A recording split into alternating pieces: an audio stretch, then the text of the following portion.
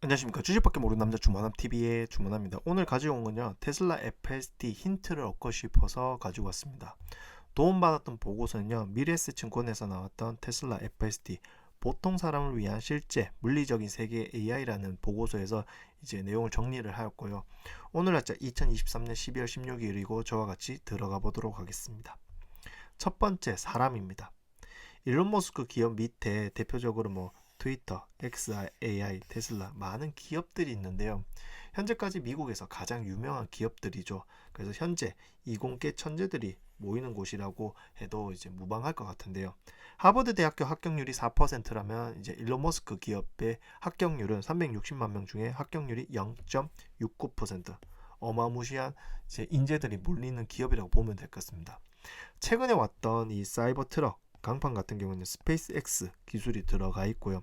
그래서 이를 통해서 회사들 간, 즉 일론 머스크의 회사들 간에 AI에 대한 정보 진보가 서로에게 전달이 되고 기술들이 서로 공유가 되는 그런 이제 것을 볼 수가 있고요. 딥러닝 훈련을 위한 다양한 데이터, 새로운 접근법도 공유하고, 그래서 결론적으로 AI 기업이 가장 먼저 이제 성장하기 위해서는 많은 인재들, 일론 머스크란 천재도 필요하겠지만 그 밑에 그 천재를 받쳐주기 위해서 호흡하기 위한 동료들, 즉 이 동료들의 천재들도 어마무시하게 들어간다는 것을 생각할 수가 있습니다. 그래서 보시면 알겠지만은 오토파일럿 소프트웨어 총괄과 하드웨어 총괄을 보면은 이제 소프트웨어 같은 경우는 카네기 멜론 대학교에서 이제 근무를 하였고 근무 기간이 10년 정도, 지금 현재는 10년 정도 하고 있고요.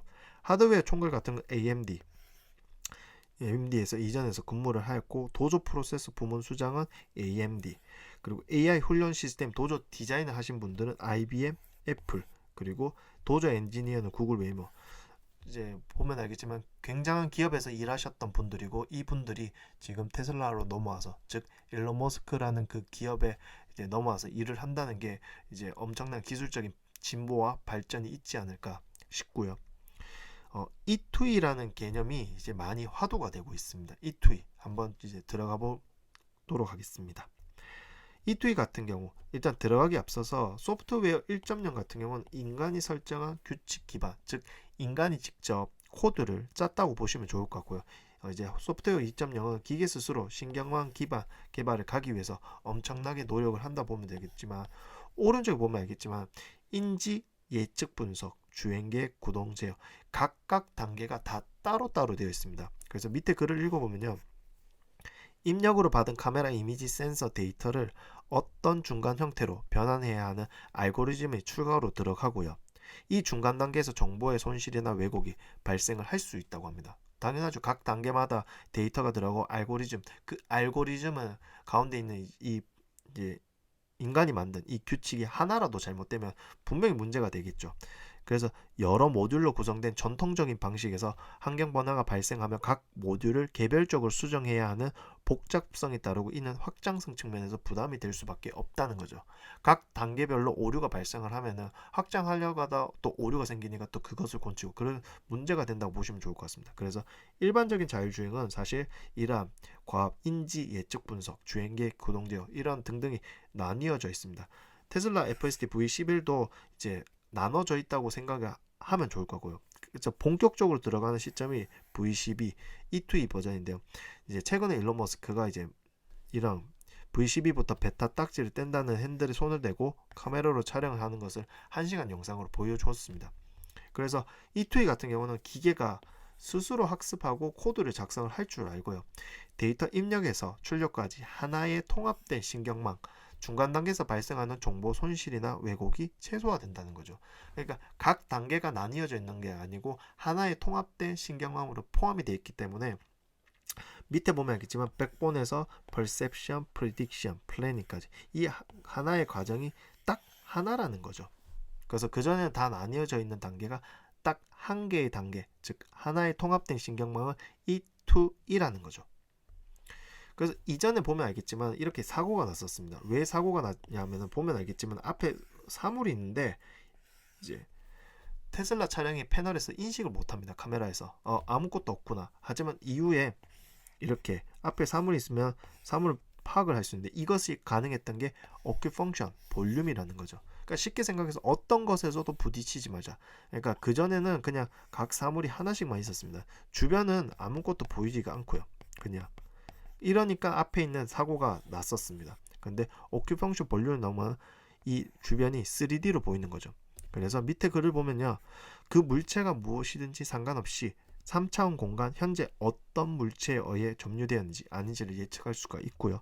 사물이 무엇인지 정확히 알지 못해도 해당 부분이 공간을 차지하고 있는지 여부만 확인할 수 있다는 겁니다. 그래서 어떤 것에도 부딪히지 말자. 이것을 하기 위해서는 이제 한 8개의 단계가 필요한데요.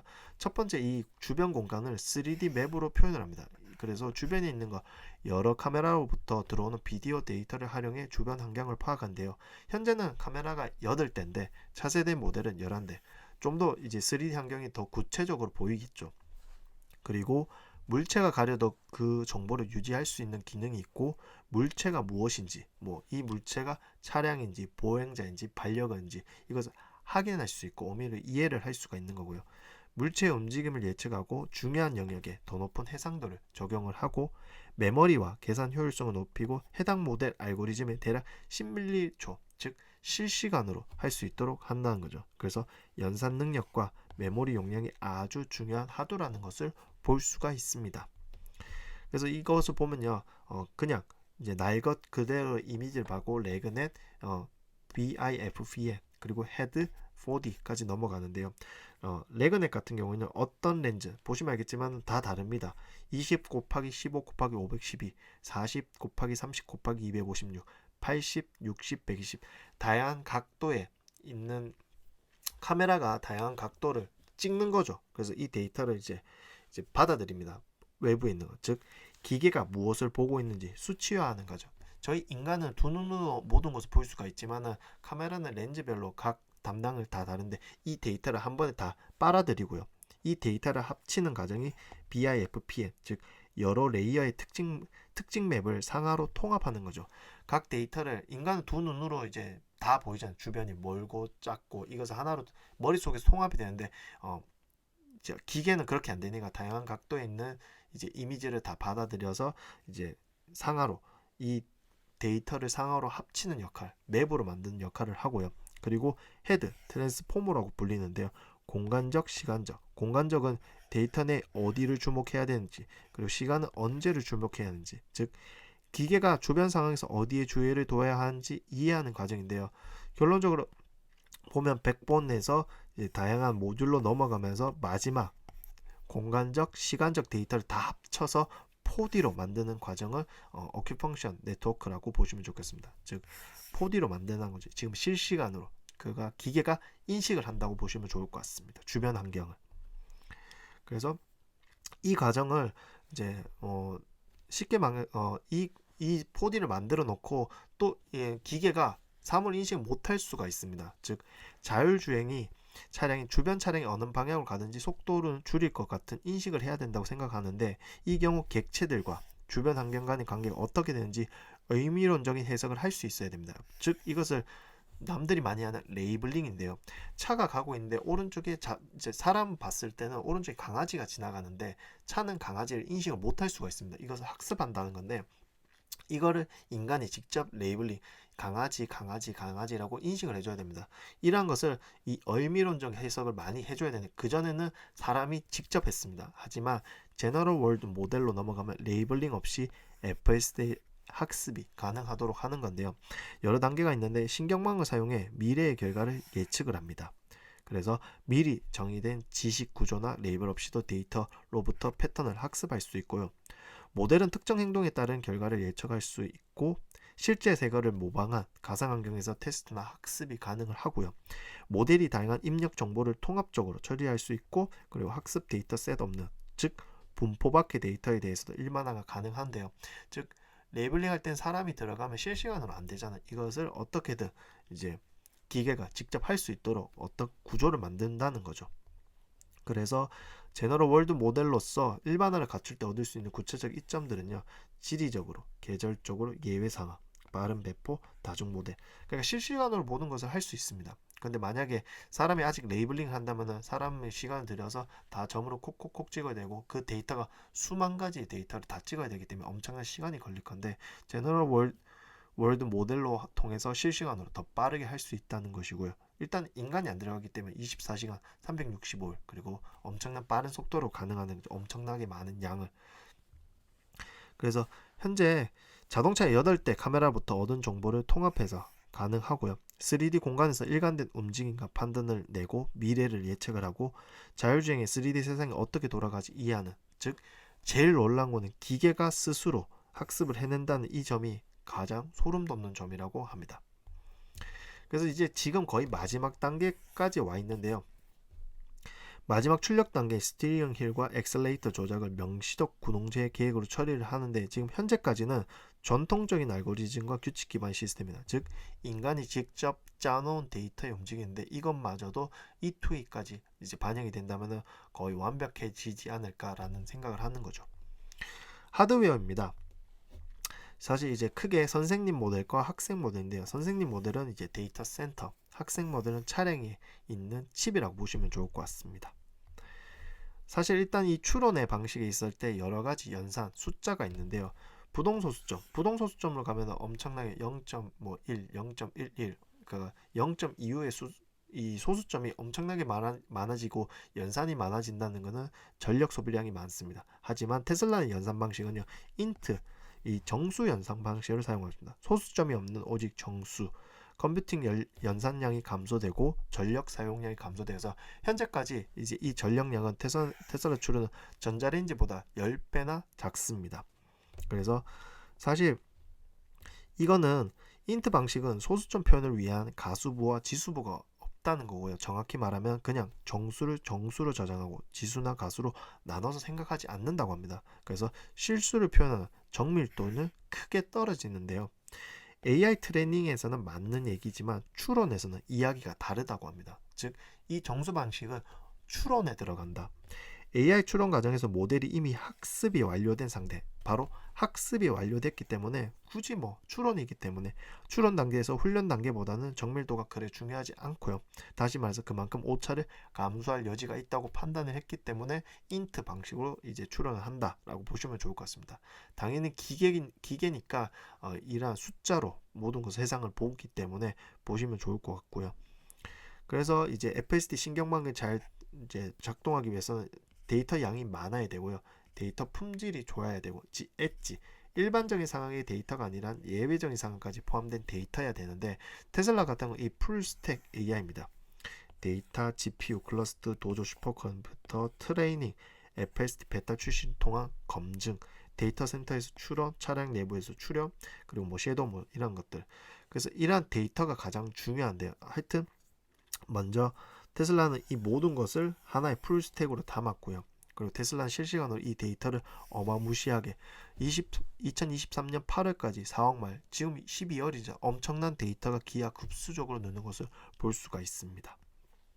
그래서 2021년 상반기에 섀도우 모드, 즉 실시간으로 데이터를 수집하고 분석하고요. 다양한 시나리오별로 100만 건의 10초 길이의 주행 비디오, 8개 카메라, 초당 36프레임, 60억 건의 객체 레이블, 이 모든 데이터를 합해서 약 1.5 페타바이트의 용량. 이게 2021년 바로 2년 전이라는 거죠. 그래서 엄청나게 속도감이 빠르다. 다른 이제 자동차 회사에 보다. 그래서 이제 일론 머스크 입장으로는 도조의 등장이 정말 필요했는데요. 40만 대 이상의 차량과 하루에 10GB에 대한 주행 영상 데이터를 이제 받고 있는데 테슬라 컴퓨팅 클러스터는 10에서 20초 길이의 비디오 클립을 지금 처리하는데 이 처리를 위해서 도조가 정말 필요하는 거죠. 그래서 2024년에는 20억 달러, 즉 보다 더 많은 금액을 쓴다는 건데 이 금액은요. 테슬라 자동차 공장 기가 팩토리 하나를 건설하는 데 드는 초기 비용에 웃도는 수준이고요. 이래서 현재 23년 8월에 엔비디아 V100, A100, H100, 자체 D1까지 어마무시하게 이제 하드웨어를 투자를 하고 있습니다. 거기에 심지어 이 도조를 만들기 위해서 명령어를 자체 개발을 했기 때문에 엄청난 천재들이 만들고 자기들이 필요해서 그 칩을 만들었고 그 칩에 필요한 명령어까지 만들었기 때문에 정말 이 데이터의 진심인 기업이 아닐까라는 생각이 들고요. 그래서 사실 기존에 있는 H100 AI 트레이닝의 9배, AI 출현의 30배 더 빠르다고 알려졌는데 일론 머스크는 H100은 A100보다 실제 성능이 3배 정도 뛰어나다고 밝혔습니다. 그래서 이 말은 그것을 비하하겠다는 게 아니고 FSD에 최적화되지 않았다는 이야기를 보시면 좋을 것 같고요. 자율주행 시스템에선 단순히 이미지 인식이나 객체 추적만을 하는 게 아니고 차선 변경, 속도 조절, 차간거리 유지 등 여러 가지 작업이 동시에 발생하고 처리해야 하기 때문에 순차적 처리를 만들 한계가 있다고 합니다. 그래서 이 여러 작업 병렬을 처리하는데 병렬 처리는 메모리가 핵심입니다. 그러니까 중간에 병목 현상이 발생하기 때문에 이 빠른 속도가 빠른 이제 이 메모리가 핵심이라서 이 결과물이 D1 프로체입니다. 그래서 온칩 대역폭을 보면 초당 10TB, 옆에 있는 A100 그리고 AMD M1 100 봤을 때 몇 배나 빠르잖아요.